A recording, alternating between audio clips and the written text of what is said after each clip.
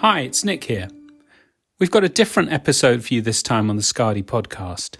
I met Tristan Bramble a few months ago at the Anti-Financial Crime Film Club, and we both found out that we shared not only an interest for films about investigations and financial crime, but also we share a love of podcasting. And Tristan gave me an invitation to appear on his latest series on the Words with a Founder podcast. So here it is, and we've got a link in the description so that you can follow Tristan's podcast too.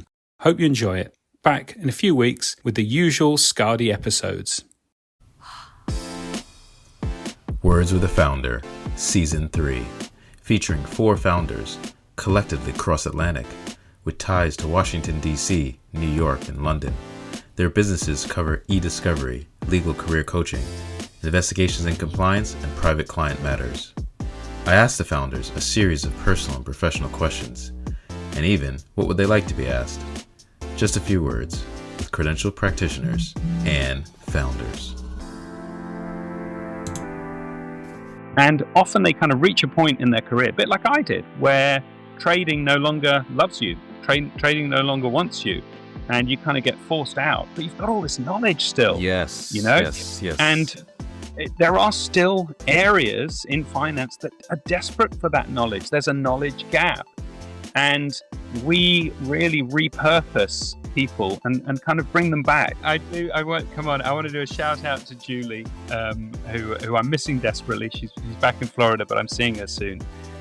Who's changed my life, but she's also been to Film Club. That's special. There we go. We're keeping that. Nick with his date. I know. We are back with Nick, founder.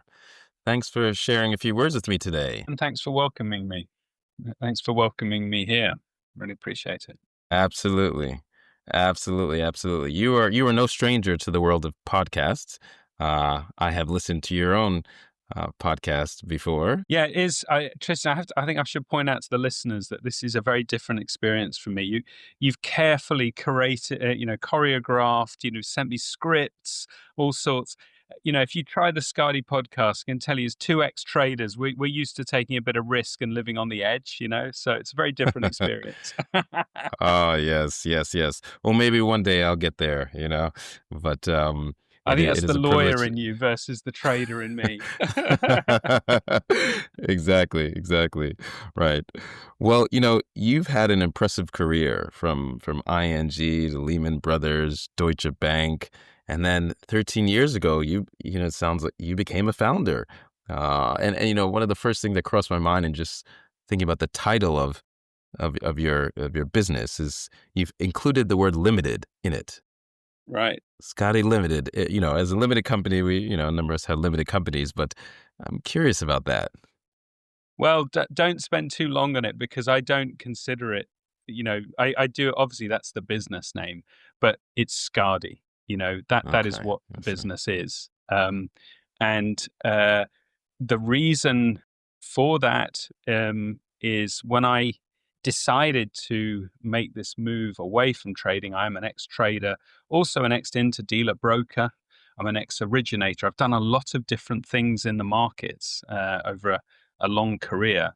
I was pretty sure I didn't want to be Nic Corry Consulting because I didn't want it just to be about me. I wanted to build something. So I wanted a brand. And it just so happens that my children were playing a game at the time that they were very focused on, which was all about myths and mythology. And there was this goddess in the game. In fact, she isn't a goddess, by the way. She's a giantess, but Skadi, she's the Norse goddess of winter and the Norse goddess of hunting. And, what Skadi does, look, we are the quintessential poachers turned gamekeepers. We are the inside guys. We are the people that provide, control staff in the financial industry with people who have the first line knowledge, the operational know-how, the first-hand knowledge of the culture of the businesses that they're trying to review and trying to control. And therefore, we can help them build better controls, more effective controls, and that will enable those businesses to grow. So that's what Skadi does. That's what Skadi is. And she's the Norse goddess of hunting, and we are the poachers turned gamekeepers, if you like. That is a great story, and that is a great narrative, and something to build a name on. And you weaved your family in there, your experience and your unique selling points. So you've already covered, half of my scripted question. Please, sorry. No. We'll keep it interesting. Okay. Overall, I'm just really looking forward to your words in plain speak. As you can, weave bits of your personal story, some of these things that won't be so evident from the website, into your current practice. So if we just rewind and we go back, of course you recall, how did we first meet? Well, how you and I first met is we're part of a wonderful cadre of people, these crime fighters that come together maybe 4 times a year at the Anti-Financial Crime Film Club, where we all get together.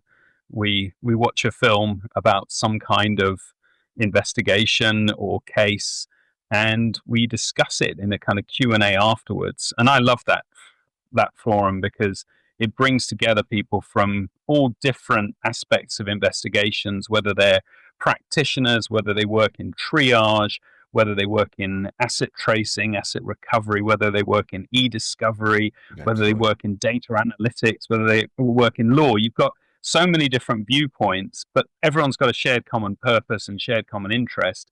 And we also, we're not, I'm from finance, right? You probably do quite a bit of finance too, Tristan. I know that. But, there are people there from mining. There's people there from, all kinds of backgrounds and industries, healthcare or whatever, all different investigations. So it's a really broad group of people from interesting backgrounds.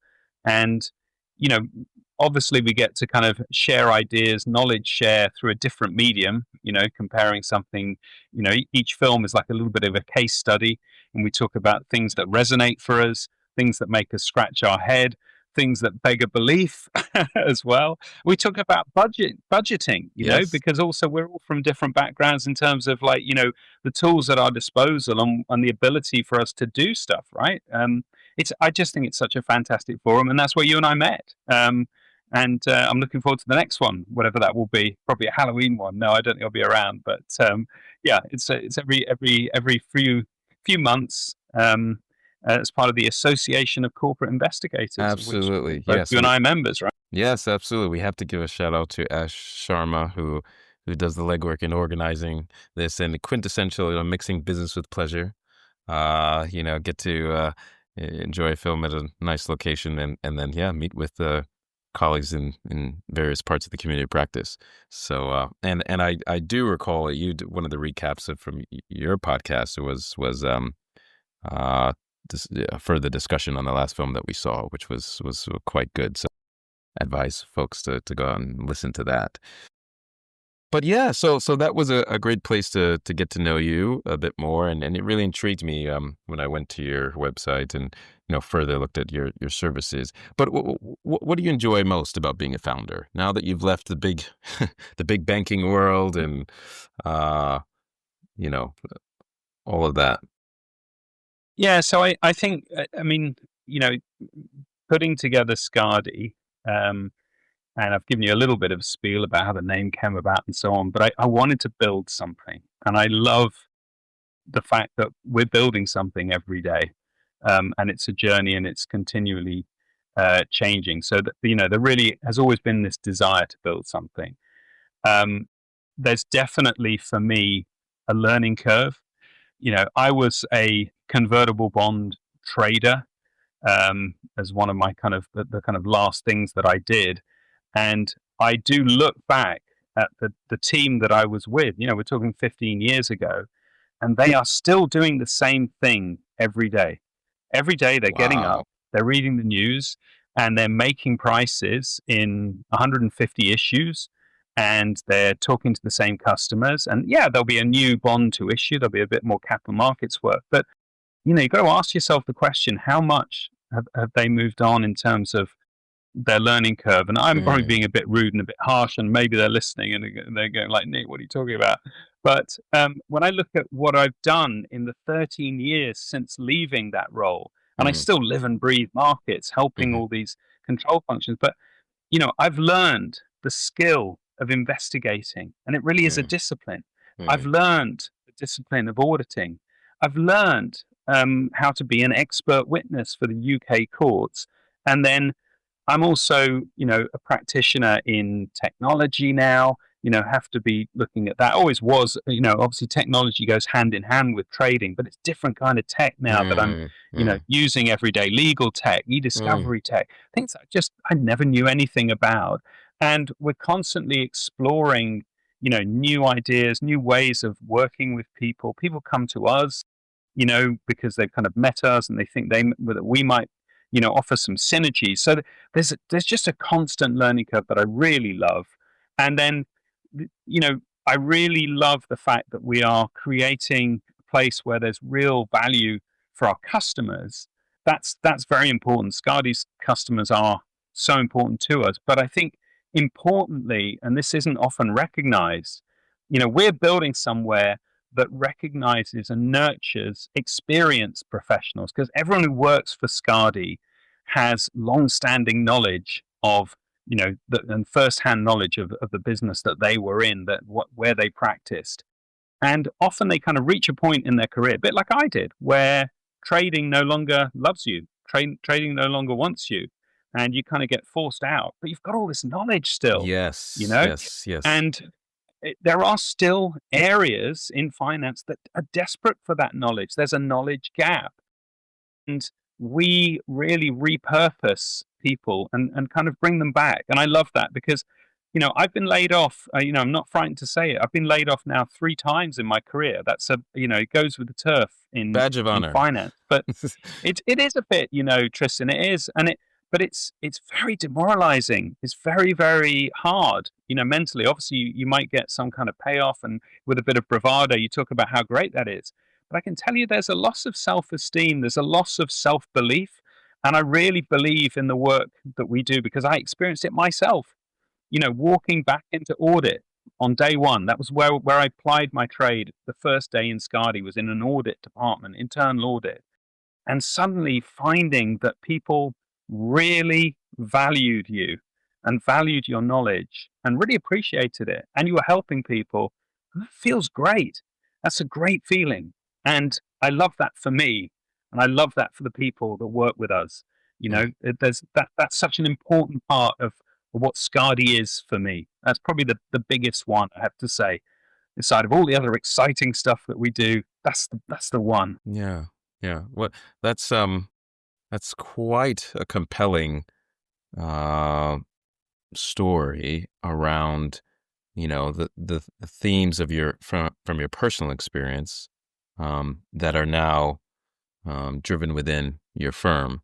And, I like your emphasis on learning because I think it was the other day that I was listening to an excerpt from, I think it was a Google or Microsoft exec that was saying, with AI and technology that's coming about, the most important thing, if you're trying to think about what to tell your kids to study in school or what to focus on, is to learn how to sort out how you learn best, to make sure that you know how to learn, because our careers are going to be constant, evolving into just continuous learning, and the opportunity to wear different hats as a founder, pursuing different areas, lines of service and offerings, does often include learning new areas. It's not just business as usual, and it does take that kind of resilience, courage, perseverance, and aptitude to want to learn new areas and grow and excel to make it happen. So that's quite a testimony. Yeah, it is. But I think, you can have all the desire in the world, but I think also, Tristan, when you're a founder, you're kind of forced. And necessity is the mother of invention, isn't it? Right. That's right. That's right. And I don't think there's a founder that isn't on some kind of learning curve out there, because talk about obviously the stuff that you love to do, the service offering you have, but there's also on the other side of the coin just a very matter of fact operational needs that you have to respond and react to changes in legislation. We've been through some huge things in the last 13 years at Skadi, things that have really fundamentally changed stuff, that the goalposts move all the time. I'm thinking about big things like Brexit, big things like COVID, big things like a change in the Labour government tackling, a budget gap. These have all brought about in their own way significant changes. And then outside of the UK globally, looking at, the kind of, what comes out of the United States definitely has an impact on us. One, we're a business that, has customers that are very exposed to the USA anyway. But I think UK politics, it doesn't take a genius to see that we're kind of following very much, and reacting to what's coming out of the US, and then also what's happening in Europe, and what's happening in Russia and Ukraine, and all of these things, all of these, these undercurrents affect us. And you have to learn with it and adapt, because they force upon you, operational change and demands. You're right. And you can't do it alone. You have your team, but a lot of times, the team has to be involved in the day-to-day and progressing things. But what about that strategic step back? But you touched upon the unique selling points a bit already.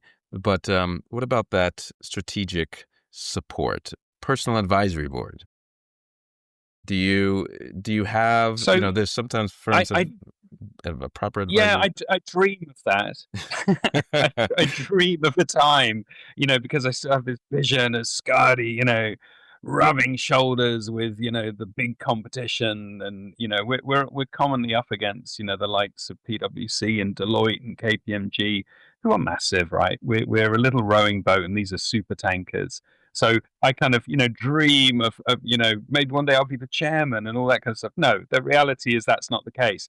And I have to make do with what I can. And the great thing for me is I have a network of friends, very strong friends, who are also founders, but in different businesses. I've got people with, cleaning companies, wine businesses, building businesses, construction, all kinds of things. But actually, we all face the same kinds of challenges. We grapple with the similar kind of stuff. And, between us, we are a kind of peer support group. And, walking and hiking is something that I enjoy. And I get out with these guys, and we'll walk for, 10 miles at a weekend. Wow. During which time, we'll chat together and talk about, what's going on and what's keeping us awake at night, and how have we tackled something, and, oh, you're dealing with that, are you?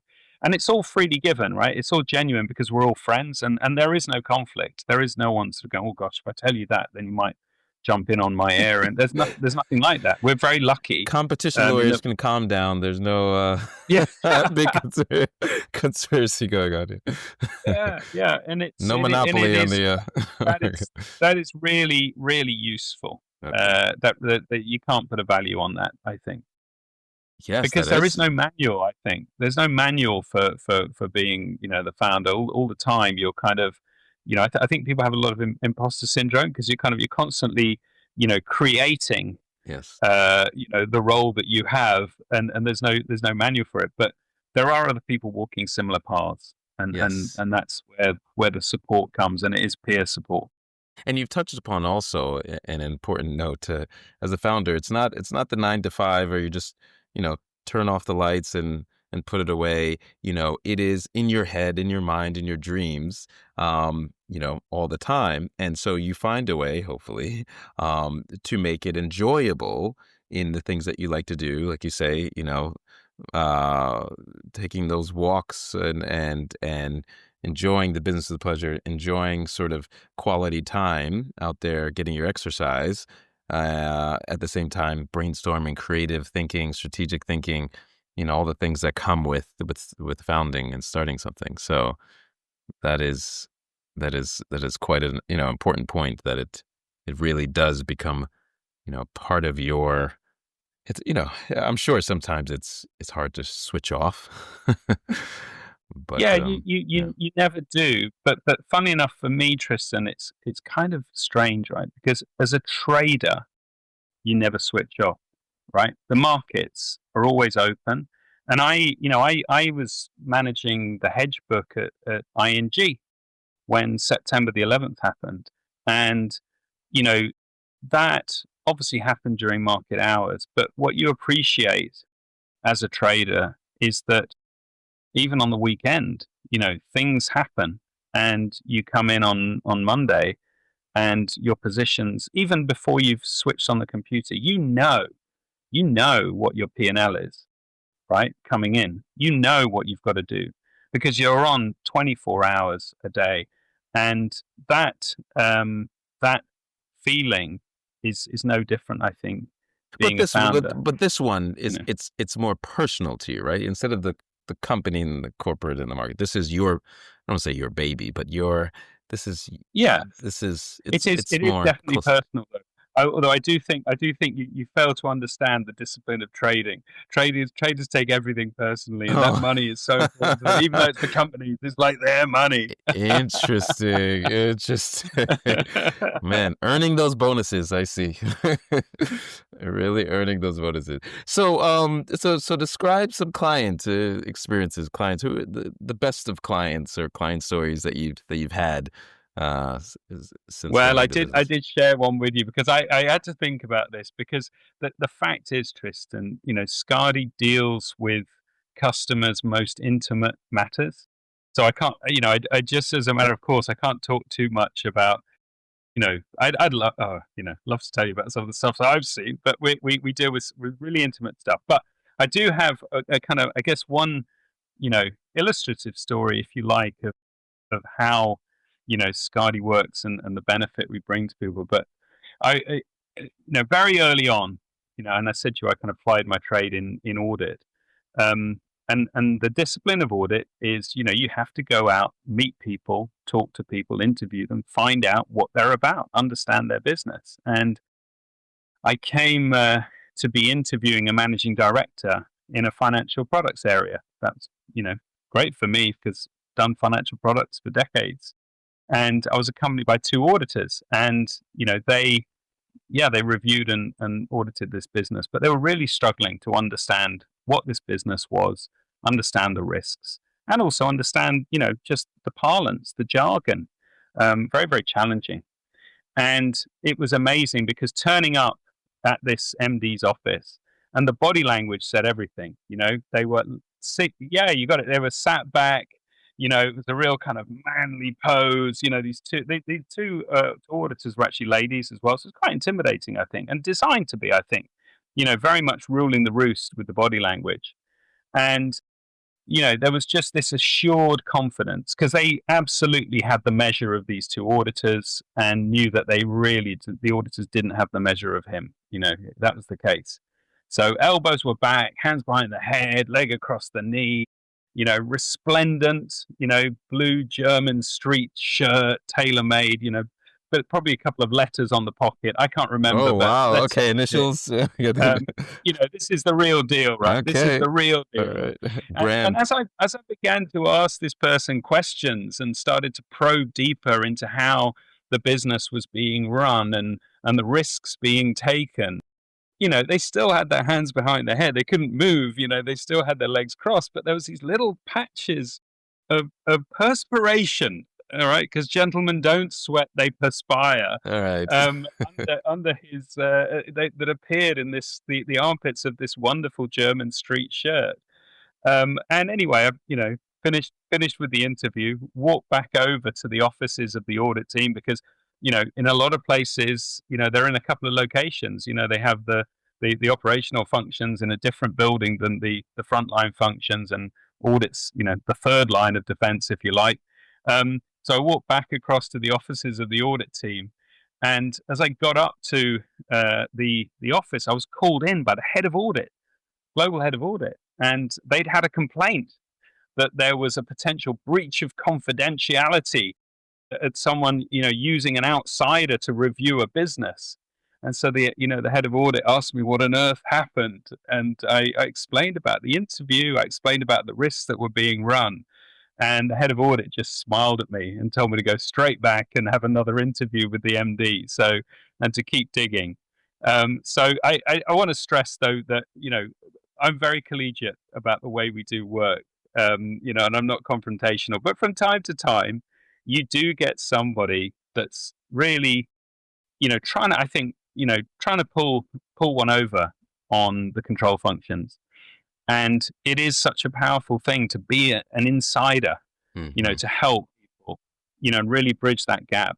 But also, it can be a very powerful thing too, because there is an attitude, I think, and it's probably quite fair. If you're a business that's being audited and reviewed, a lot of the time you're kind of educating the people that are reviewing you about your business, about the risks you face. And then you feel like, well, they're then just turning that all around on you and just raising a load of points against yourself. And if you've got someone that turns up that already understands your business, already, speaks your language and recognizes the risks that you face, and also can show some empathy for the challenges that you face, then that really brings about a much more collaborative and better experience. Because at the end of the day, the worst people that do controls are people who are just trying to stop business happening. That's terrible, right? Because the economy would grind to a halt. You need really good control people that can devise the best controls to enable businesses to grow and grow safely. And that's the real key to success in any reviewing business, whether it's audit, compliance, finance, doesn't matter what it is. That's the important thing, is to have the strong controls to enable places to grow. Right. We provide, I think, obviously we provide a service to the control functions, but to their customers, to the people that they serve and help and advise, we really, I think, bridge that gap as well.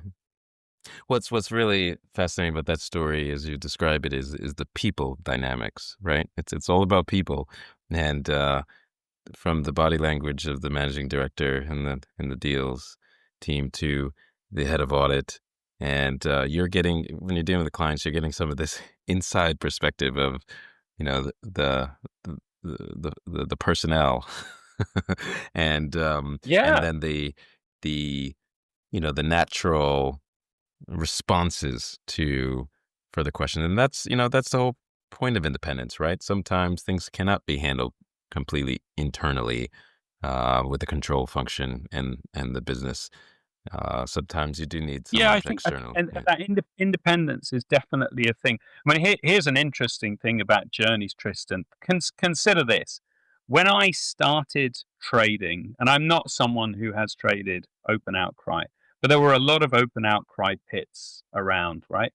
And people were there making prices, doing all this kind of stuff, that kind of stuff. But you're face to face with your opposite person. You're from Merrill Lynch, you're facing off against Bankers Trust in the London Traded Options Market pit. You're face to face. You're looking in that person's face. It's all about front, it's all about aggression, it's all about poise, etc. And then we moved to dealing by screen, by telephone, but hoot and holler. But you're still there with the voice, the language, the parlance. It's all there. It's all, and that bravado doesn't go away, right, in that discipline. But then you're moving away again when you start to have the kind of introduction of the chat rooms. But there's still that bravado is there, that language, but it's written language. But all the time you're kind of stepping away. Now, interestingly, when I look at the world of investigations, let's say, when we were doing interviewing, when I set out on this, we were flying to see people, to look them in the eye, to put that email right under their nose. Right. The gimme, the gotcha email saying, well, but you wrote this. What's your reaction to this? And with COVID, we had this acceleration in, moving to talking across screens like you and I are now, right? We're not in the same room. Listeners might think we are, but we're not. It's very different, right? But you still have to be able to probe and challenge people, but not be able to look them right in the face, not have those reactions. And it's even if you're in the same location. Like, I don't think that meeting that I had all those years back then would happen today. Because actually, do you know what? We might send them a Teams invite. They might accept it. We'd sit and chat on a bit of Teams. I'd probably screen share something with them. And it changes, right? It changes that move, with the tech and the way of doing stuff. It's just an interesting world, isn't it? I think a different, parallel, if you like, about the way things change. Very true, very true. I've heard at conferences stories of during interviews, suddenly people's cameras stop working. Oh, I'm having technical difficulties. Just as the heated questioning is getting there. I can tell you before even the heated question, and I don't want to give away like loads of tips to people who are being interviewed, but when you're sent, and of course Skype doesn't exist anymore, but yeah, Teams or Zoom, it's because they want to see you and they want to share with you documents. So if you dial in from your mobile phone, that's really annoying.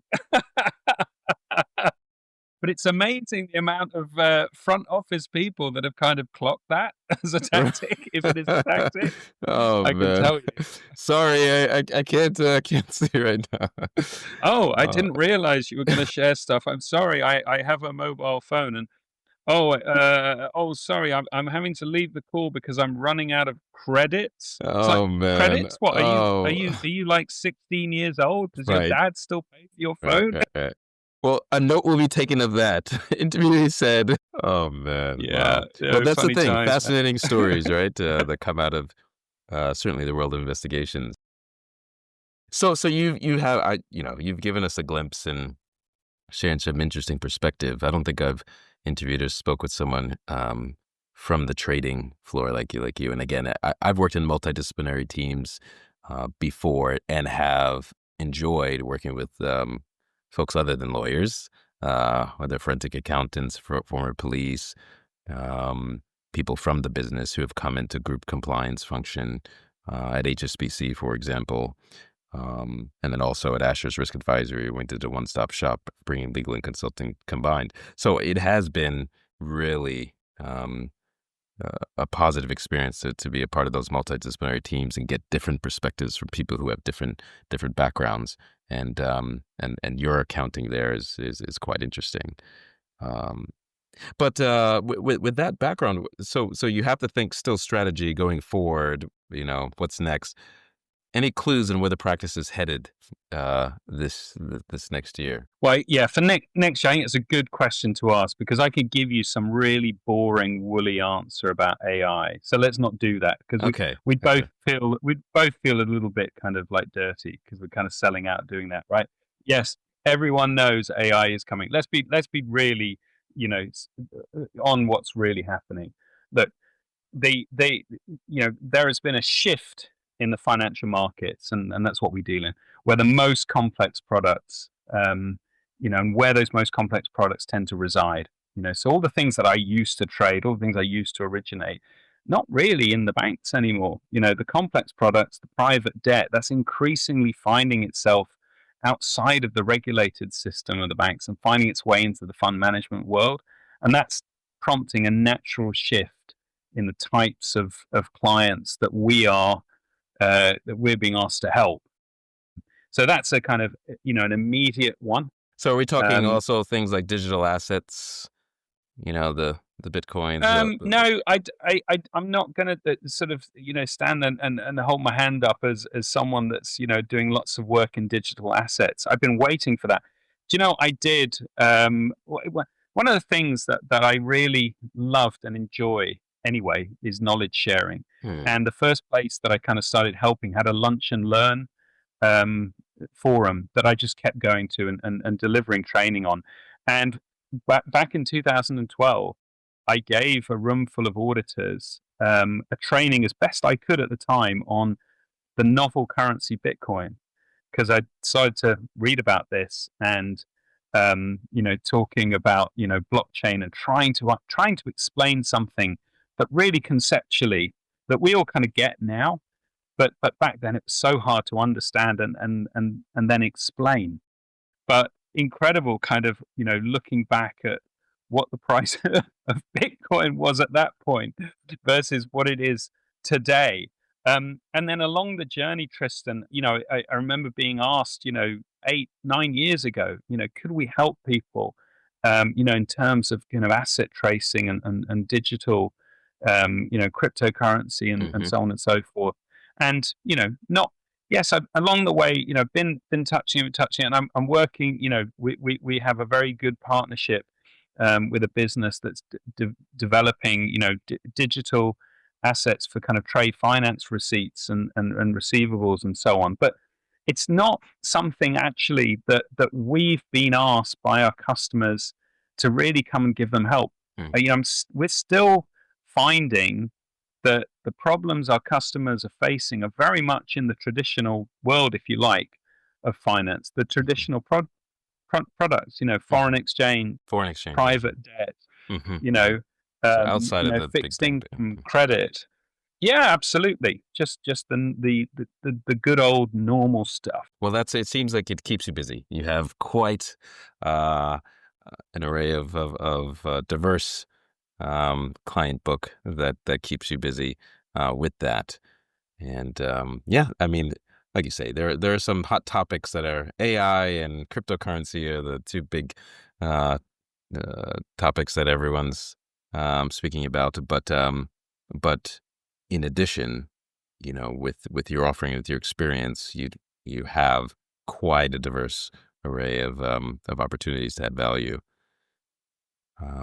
Okay, okay. So, we're winding down now, and I want you to reflect again on the personal, how you describe yourself. I mean, the business is well established. It's clearly a limited company um, with a good network of advisors and team to support you. Um, but as the leader, as the founder, in the tradition of the series here, what are 4 describing words or phrases or uh, concepts that you think would describe you? So my 4, definitely creative has to be in there. And I'm going to sell out a bit and say innovative is another one, but they're kind of the same. But it's true. Like, you have to be constantly creative, right? Every day I'm creative. I'm constantly thinking about what we can do and how we can help our customers, and that brings in the innovation. Because customers now, what I really like is, with a 13-year experience, they trust us. You build up that trust, and there is that intimacy in that they will reveal to you, the real challenges that are keeping them up at night. Not all of them, but some, really trusted customers, and that forces you to do this kind of creative thinking. But also, they've recognized that we are a place that can come up with the solutions that they're grappling with, that other people can't, because they're not the market practitioners that we are. That's the difference we are with other people. I think you've probably recognized that I'm quite paternal. I do have this wanting to kind of look after the people around me, and I feel that very strongly. And I do, I'm very honest about saying to you what I feel we give back to people in terms of revitalizing, their careers and making, getting that self-esteem back. That makes me pretty paternal. But I'm also, Mm. I'm very inquisitive, as well as a person. Things interest me, and that's part of the discipline of trading. You've got to be inquisitive. You've got to understand what's driving the market at any point. What are the risks that could emerge that you haven't foreseen? And that's the same in terms of, running the business. What are the trends? What are we going to miss potentially? That makes me inquire. But also, just in terms of, the kind of work we do, with the control functions, got to be inquisitive. Got to look at those businesses in an investigation. That's inquisitive by nature. So that all fits very, very well with, my natural kind of, the me as a person, if you like. Mm. Thank you for that. Those are great describing words and well evidenced from your description over this hour on your mission, and it's certainly that you know paternalistic uh, uh, word is one that resonates both personally and professionally. There's something to caring and making sure that you have that sense of meaning and purpose by looking after others, which is a great legacy to have for the business and for you personally as well. Which just just leads me to the final question that I have, and that is that I've been steering this scripted interview and have have had the opportunity to probe you all the ways of what it's like to run the business. But please tell me, is there anything that you would like to be asked if you could think about it? Well, I think you missed the script because I said to you, when you aren't being a founder, where and how do you choose to spend your time?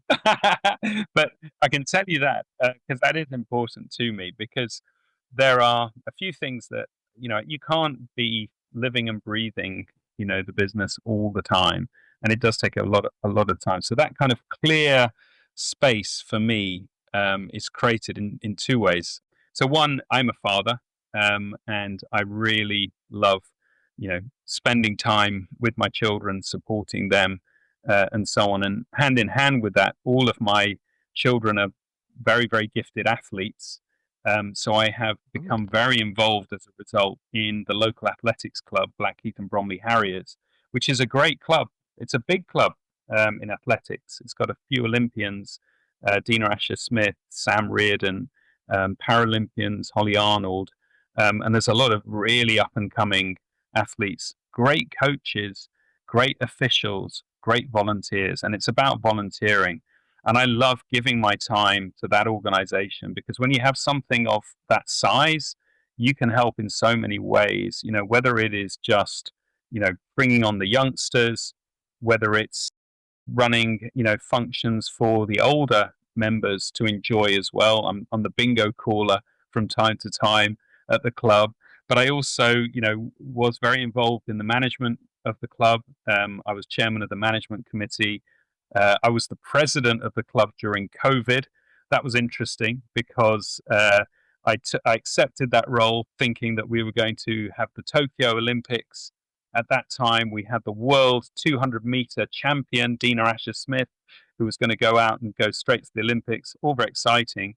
So I accepted the post, I think, in February.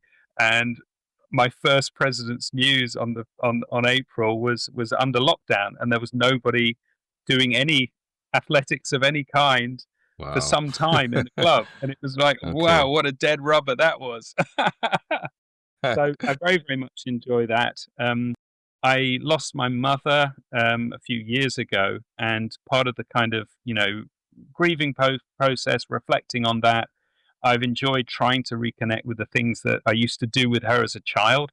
And one of those, I loved the way that she made scones. So I've learned how to make scones, and I make a lot of scones, even for people in the office. So that's another way. So there you go. And we've talked about the hiking, which is, again, is the clear thinking time as well. So how about you, Tristan? Let's ask you a question. How do you spend your time when you're not doing what you're doing? How's your downtime spent?